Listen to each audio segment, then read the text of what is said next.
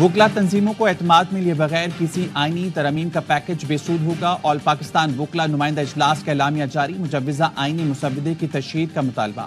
کہا کوئی قانون سازی یا آئینی ترامیم آئین کے بنیادی ڈھانچے سے متصادم نہیں ہو سکتی۔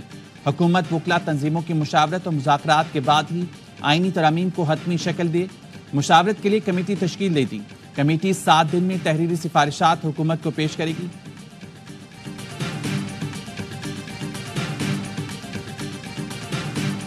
آئین میں ترمیم کرنا پارلیمنٹ کا اختیار ہے۔ میثاق جمہوریت میں بھی جوڈیشل ریفارمز کی بات شامل تھی۔ چاہتے ہیں تمام جماعتوں کے اتفاق سے آئینی ترامیم آئیں۔ وزیر اطلاعات سندھ شرجیل میمن کہتے ہیں PTI دور میں اراکین بھی پورے نہیں ہوتے تھے، قانون سازی ہو جاتی تھی۔ تحریک انصاف اب حکومت سے NRO مانگ رہی ہے۔ یہ بلیک میل کر رہے ہیں کہ پہلے بانی کو باہر نکالو پھر بل پاس ہوں گے۔ بانی PTI پہلے عوام سے اپنی غلطیوں پر معافی مانگے۔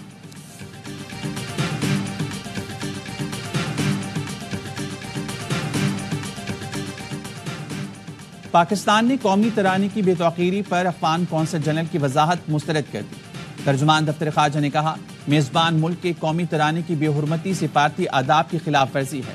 پاکستان کے ویزے پر موجود حفیظ محب اللہ شاکر پاکستان کے ویزے پر موجود ہیں اور سفارتکار کا سٹیٹس انجوائے کر رہے ہیں۔ ہفتہ وار بریفنگ میں ممتاز زہرا بلوچ نے کہا مقبوضہ کشمیر میں نام نہاد الیکشن ناقابل قبول ہیں۔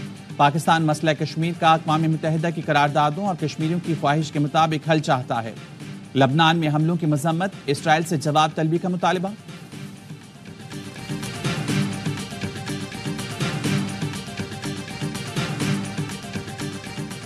سوشل میڈیا پر توہین رسالت مواد شیئر کرنے پر خاتون کو سزائے موت کا حکم۔ پیکا ایکٹ کی خصوصی عدالت نے مجرمہ شگفتہ کرن کو 4 لاکھ روپے جرمانہ اور 7 سال قید کی سزا بھی سنائی۔ ایڈیشنل ڈسٹرکٹ اینڈ سیشن جج افضل مجوکا نے قرآن پاک کی بے حرمتی پر ہاشم نامی مجرم کو عمر قید کی سزا سنا دی۔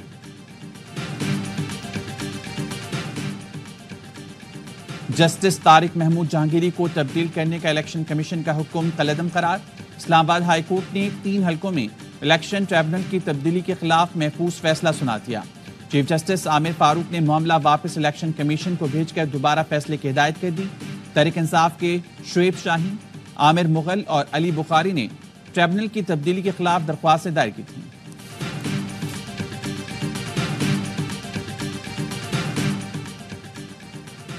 تحریک انصاف کا ہفتے کو لاہور میں جلسے کا اعلان، پولیس نے پکڑ دھکڑ شروع کر دی۔ 40 سے زائد PTI کارکنوں کو حراست میں لے لیا۔ جلسے کی اجازت کے لیے لاہور ہائی کورٹ میں درخواستوں پر سماعت۔ جسٹس فاروق حیدر نے لارجر بینچ کی تشکیل کے لیے معاملہ چیف جسٹس کو بھجوا دیا۔ کہا درخواستوں میں اہم قانونی نکات اٹھائے گئے ہیں، سماعت کے لیے لارجر بینچ بنایا جائے۔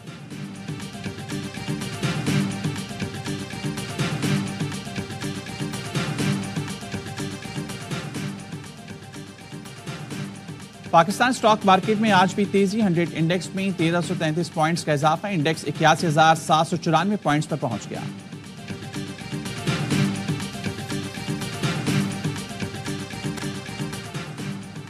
عالمی اور علاقائی چیلنجز سے نمٹنے کے لیے امریکہ پاکستان کے ساتھ کھڑا رہے گا۔ امریکی صدر جو بائیڈن نے پاک امریکہ تعلقات کو علاقائی استحکام اور سلامتی کے لیے اہم قرار دے دیا۔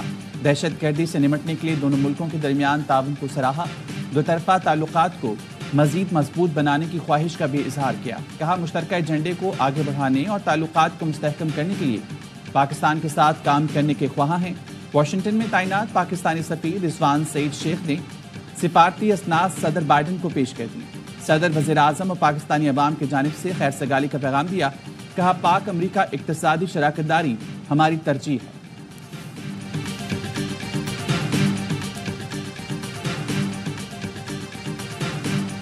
Terrorism within and from Afghanistan poses the single most serious threat to the country, to the region and to the world. Pakistan نے افغانستان سے بڑھتے دہشت گردی کے خطرات سے بین الاقوامی برادری کو خبردار کر دیا۔ اقوام متحدہ کی سلامتی کونسل اجلاس میں مستقل مندوب منیر اکرم کا دہشت گردی کے خلاف عالمی تعاون کا مطالبہ۔ کہا فتنہ الخارج افغان عبوری حکومت کی حمایت سے دہشت گرد حملے کر رہا ہے۔ پاکستان کالعدم TTP کے خاتمے کے لیے کارروائیاں جاری رکھے گا۔ افغان عبوری حکومت بین الاقوامی ذمہ داریوں پر عمل کرے۔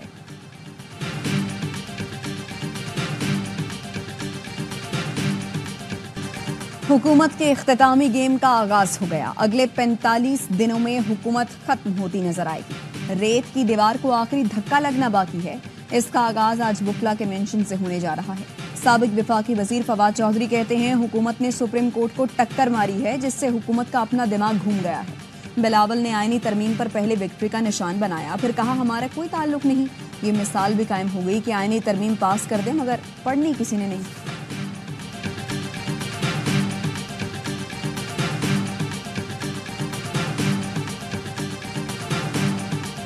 میں آگے اور 3-4 مہینے بہت خراب دیکھ رہا ہوں. مجھے چیزیں جو ہے وہ ابھی کنٹرول میں اتنی نظر نہیں آ رہی ہے. کچھ بھی ہو سکتا ہے, میں سمجھتا ہوں اس کے لیے آپ 10-15 دن اور انتظار کریں. چیزیں جو ہے دیکھنے میں ہر چیز ان کنٹرول ہے مگر ویسے ان چیز ان کنٹرول نہیں ہے. حکومت جانے یا نہیں, مجھے یہ سسٹم چلتا نظر نہیں آ رہا. کچھ بھی ہو سکتا ہے, 10-15 دن انتظار کریں, چیزیں واضح ہوں گی. پیپلز پارٹی کے رہنما ڈاکٹر رمیش کمار کہتے ہیں اندرونی استحکام نہیں ہوگا تو بیرونی سرمایہ کاری نہیں آئی. 3 سے 4 ماہ خراب اور اہم دیکھ رہا ہوں. میرا علم اور ذرائع بتاتے ہیں کافی مشکلات ابھی باقی ہیں.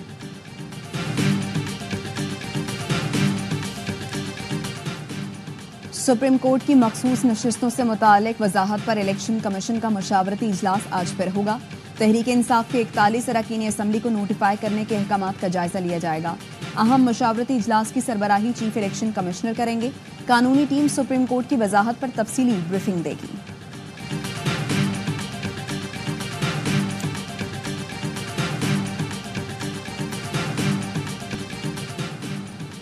سعودی عرب سے کراچی آنے والے مسافر میں منکی پاکس کی علامات. متاثرہ مسافر سندھ حکومت کے انفیکشن ڈیزیز اسپتال منتقل. کراچی میں منکی کیس کا چوتھا کیس رپورٹ ہوا ہے.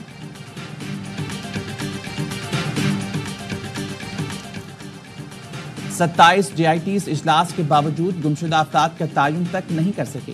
یہ پتہ نہیں لگایا جا سکا کوئی خود گیا ہے یا لاپتہ کیا گیا ہے. سندھ ہائی کورٹ کا طویل عرصے سے گمشدہ افراد کی عدم بازیابی پر اظہار برہمی. کہا گمشدہ افراد کی بازیابی کے لیے ماڈرن ڈیوائسز کا استعمال کیا جائے.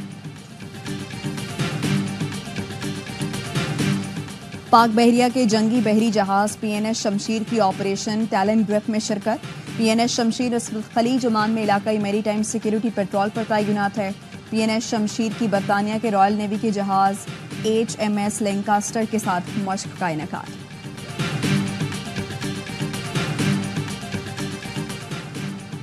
اہلیہ کے تحائف کی تفصیلات چھپانے پر تنقید کے بعد برطانوی وزیراعظم نے تمام تحائف اور بینیفٹس ظاہر کر دیے.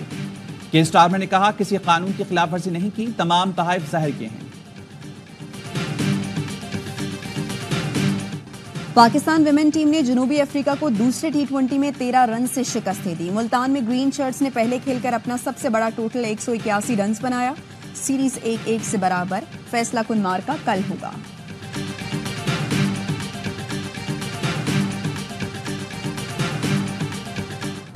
اور چیمپئنز ون ڈے کپ میں اسٹالینز اور ڈالفنز آج مد مقابل ہوں گے. گزشتہ روز مارپورس نے ڈالفنز کو 92 رن سے شکست دے دی. ایونٹ کے تمام میچز پاکستان کے پہلے HD sports channel A sports پر براہ راست نشر کیے جا رہے ہیں.